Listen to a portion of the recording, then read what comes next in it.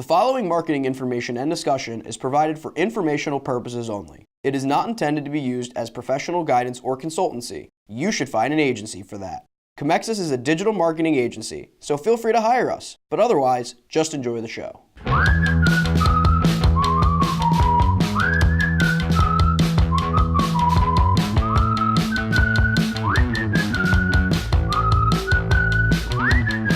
Hello everyone, welcome to The Buyer's Journey by Comexis, a discussion-based podcast on the ever-changing marketing landscape that affects how your customers and clients purchase, ultimately optimizing your marketing efforts.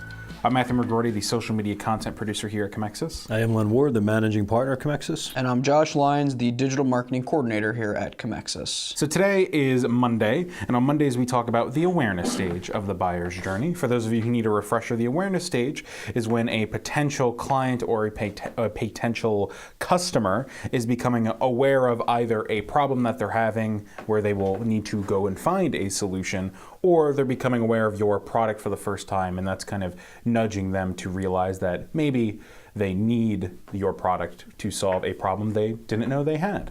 So today, specifically, we're looking at the U.S. Parents 2009 eMarketer report that just came out a few days ago. It is a massive, I think it's about 30 pages or so report. Very good. Definitely check it out. It'll be a link in the blog description. And it's all about parents' use of social media, how they feel about their kids using social media, and some other things like that. And obviously, in the awareness stage, social media can play a big aspect. So Len, could you just talk very briefly about how important social media can be to the awareness stage of the buyer's journey? To me, it's the single most important platform of the awareness stage in any form of advertising out there. I don't think, not TV, not radio, not billboards, not anything has the weight nor the return on investment that a social media platform would have.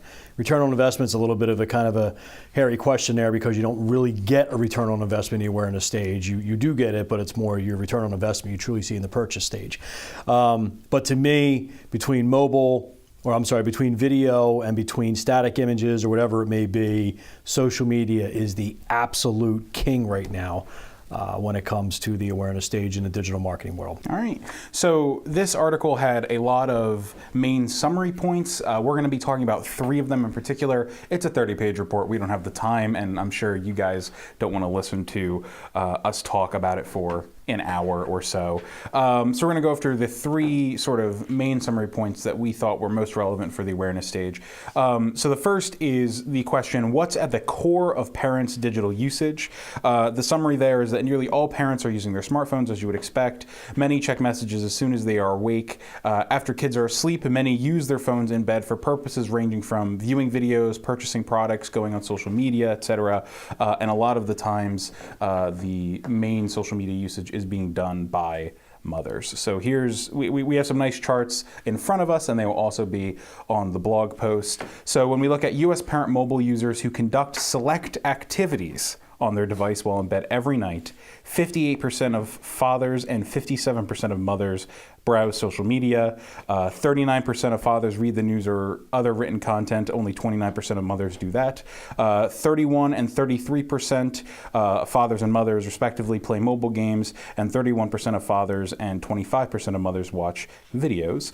So you have a massive amount of that percentage just browsing social media, as one might expect. And then we have what devices do U.S. fathers and mothers use regularly. Smartphone is one of the highest, 97% of fathers, 95% of mothers. TV is then the second highest at 87 and 80 respectively.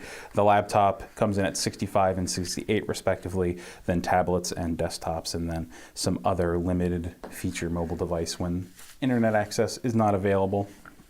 And then another final chart, what do U.S. mothers and fathers do after their children go to bed? Watch TV or a movie is one of the top percentages for both mothers and fathers, 81% and 76%, with using social media coming in at 71% and 60%. So Len, I know we talked about recently that the number after children go to bed was not surprisingly high, but high enough to make running ads during that time in particular something that we could possibly do for some clients. What do you think about that? Yeah, I found that interesting. I found that using social media after kids go to bed, and that's kind of a skewed number because some of the kids go to bed if you have an infant, or a toddler.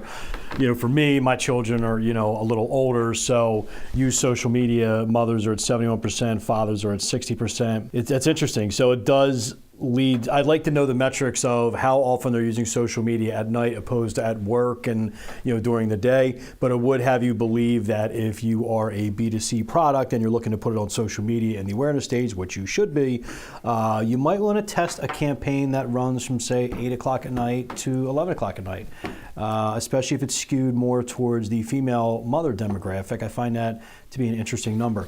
The other one I thought was interesting, and I'm just kind of jumping around. No, go for it. Is the first, this is what we've long been saying, gaming, video gaming, watching video gaming, and the entire gaming industry is a absolute volcano ready to explode. I just don't know when. But I find it funny that this supports yet another statistic that a lot of people don't know. The fastest growing demographic in the gaming industry is female, not male. And this right here is showing you on the first stat is telling us what U.S. parents mobiles are doing while in bed every night, and women are leading the way at 33%. Mm-hmm. That's just, I know a lot of people immediately go to gaming as like a male-dominated industry. It is not a male-dominated industry. And if it was a male-dominated industry, it's pulling back more and more. It's just, this report is tremendous because it's really kind of opened up your eyes and looking at various different things. I mean, the entire, in a nutshell, you got to be advertising on social media. You have to be there. It's where mom, it's where dad is. But don't discount running maybe some ads on certain types of game platforms, especially if you're targeting a mom, because she's in there and she's playing some of these games. And if you think some of these moms aren't grabbing the controller and playing Fortnite once in a while, and some, yes, maybe even looking at like an Overwatch, don't discount it because they are. So I found it interesting. Yeah, there was a stat that came out, I believe it might have been a year or two ago, that talked about how when you average how many people are gamers in the broad sense, because there's tons of people who would not even think of themselves as a gamer, but that 51% were women, and that's because when you look at all games that get played, old school Candy Crush, all that stuff. Yeah, exactly. that counts. Yeah, right. They all count. So even though there's the perspective that the gaming industry as a whole tends to be more male focused, you should not discount female viewership on things like Twitch, female player bases and things like that, because women are out there and they're playing all kinds of different games. I wish I had an in-app advertising statistic, because I found one the other day that I can't remember, but it was about in-app advertising and how likely people, we actually talked about it, and how likely people are to watch it in app ads. I think the thing about this is that the report and what we're trying to talk about, and obviously this is an awareness campaign, it's that, it's as the demographic who's grown up with games, I know we're on a game thing, but as it's growing up and as the females and the males obviously are growing up and now having children, these are kids who historically have had games around their whole lives. I'm probably the first generation to truly say, between ColecoVision and all that, it's always been something around, but not at the accessibility that people have right now, obviously with things online. But now you're beginning to think about marketing in a whole different level. Like they're interpreting their entertainment in a vastly different way. Yes, you're looking at social media, but yes, you're looking at gaming and so forth. So I just find this report, how mom and dad are interacting, very interesting, because you would think right away, the heads at Madison Ave, okay, we got a brand new product and we're targeting 10-year-old kids, we got to hit mom. Bam, we got to get commercials on certain sitcoms at night. They're not watching your sitcoms at night anymore. Fewer and fewer people are. But if you get that ad in on a gaming app, if you get that ad in on a social media platform, or even potentially on like a Hulu or on-demand type video, that is where they are. And I really believe that the actual ad world is still really, really behind when it comes to how to market mom and dad right now. I really believe that. Yeah. Josh, what do you think about these numbers before we go on to, and this is for any of the charts we've talked about, before we go on to the next little portion? Yeah, well, I mean, you guys both sort of handled most of what I was going to say, but that's okay, because I agree with... Stole your thunder, sorry. Yeah, no, it's okay. I mean, I agree with most of it. The one thing I did find interesting was I sort of painted a picture of like, what are my mom and my dad doing when they, I'm up late, but like I know what they're doing when they're laying around in bed before they go to sleep. And when you go to the one where what devices do fathers and mothers use regularly. So obviously they both have a phone that they're on all the time. But what's interesting is that my mom keeps her phone plugged in next to her dresser on her bed, and my dad actually keeps his phone down the hall in his office plugged in, and he has his own tablet that he sits on his, like, on the bed playing like Scrabble and all these other games, scrolling through social media, which shows on here that the fathers are 59% on tablets and the mothers are 52%. So I thought that was interesting. I go, oh wow, that really jumps into where, you know, my mom and dad are in terms of devices. Yeah. And then when I go over to the, you know, what do U.S. mothers and fathers do before their children go to bed, it's sort of the same idea where they'll both sit in bed and watch a movie or like watch like a TV show as they're going to sleep. But at the same time, they're just like anyone's doing when they're watching TV, watching a game, watching anything, they're scrolling using social media. That hits the first two.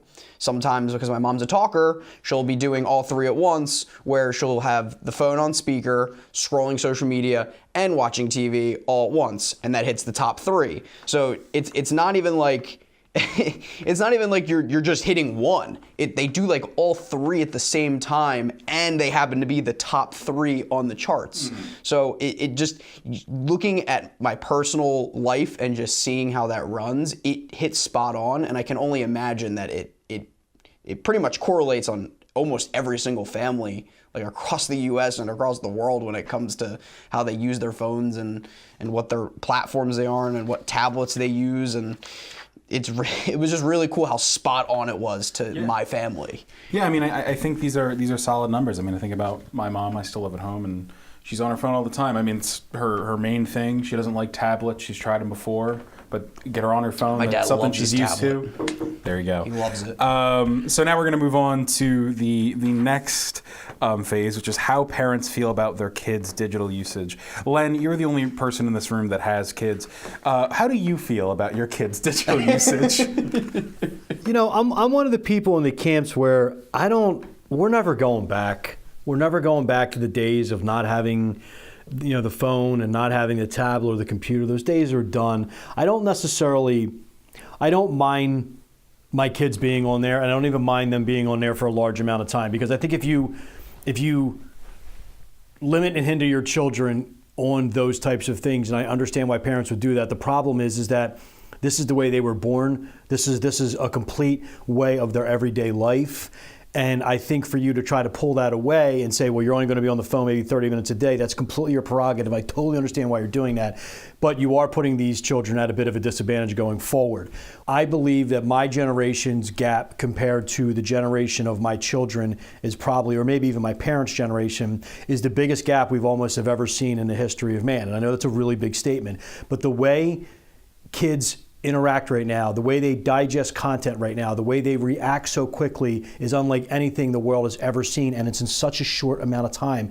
They can digest something in a 2-minute video that would have potentially taken my generation 3 months in a classroom to learn. It is a frightening aspect as to where it's going. That's why I don't really mind my children that's the way it is, and that's the way life goes. Now, with that all being said, I do think there should be a time when children should step back and not be about screen. They should not be afraid to look at somebody in the white of the eyes, have a conversation, and realize that, yeah, there is life, you know, outside of a black screen.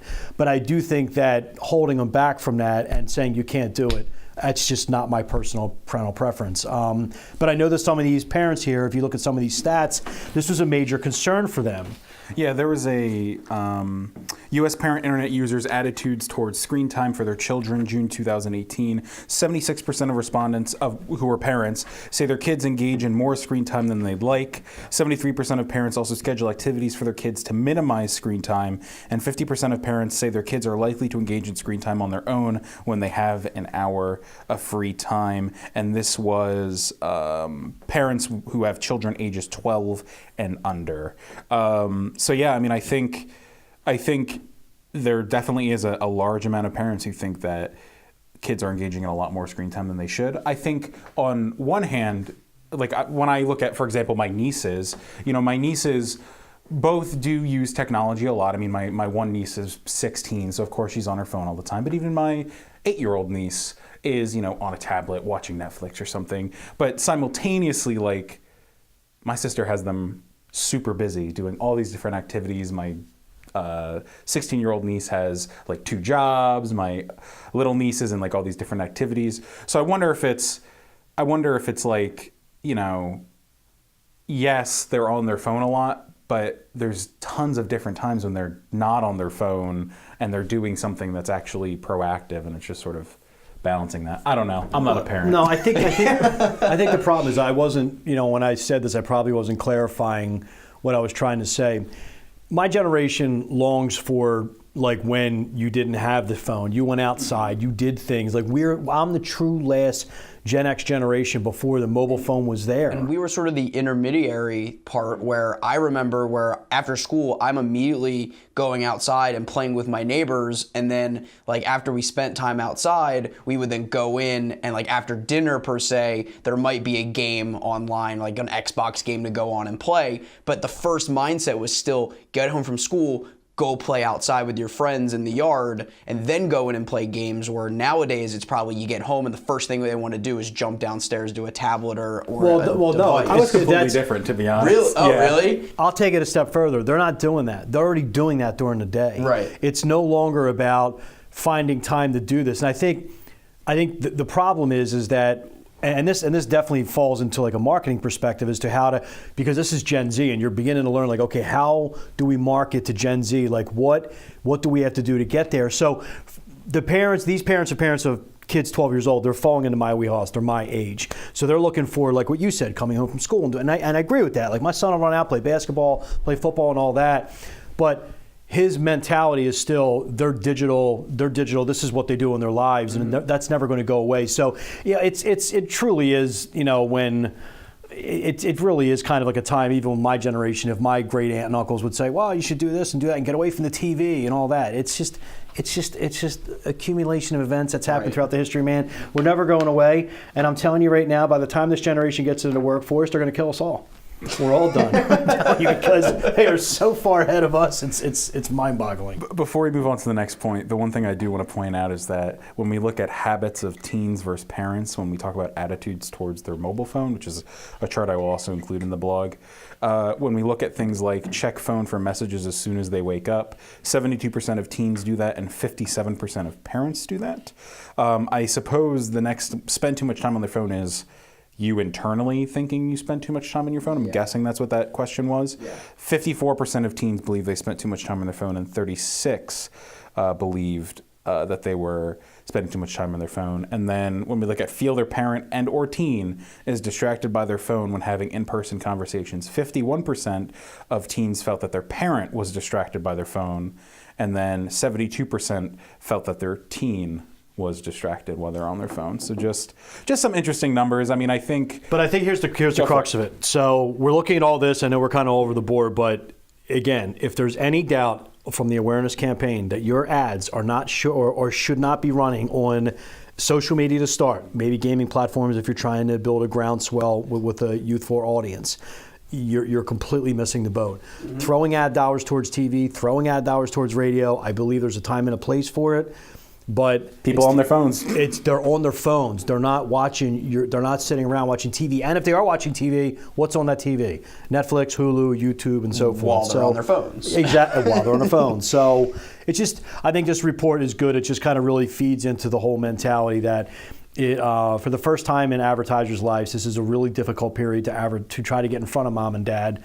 And it's something that where, again, if you're not leading the way via social media, you're not doing it right. Yeah, there's actually the third point we were going to kind of talk about was, and we're only going to touch on it because we're running a little long on time here, is how social media and how mobile devices and things like that have changed the way that people are, and parents in particular, are purchasing.